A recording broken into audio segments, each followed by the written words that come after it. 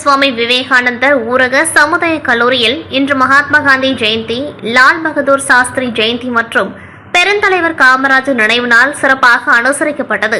இந்நிகழ்ச்சியில் ஆரிய சமாஜ் USA வேதிக் scholar Acharya Hariprasad அவர்கள் சிறப்பு விருந்தினராக பங்கேற்று விழாவை சிறப்பித்தார். முன்னதாக அண்ணல் காந்தியடிகள், முன்னாள் பிரதமர் லால் பகதூர் சாஸ்திரி மற்றும் பெருந்தலைவர் காமராஜர் படத்திற்கு ஆசிரியர்கள் மற்றும் மாணவர்கள் மலர் அஞ்சலி செலுத்தினர்.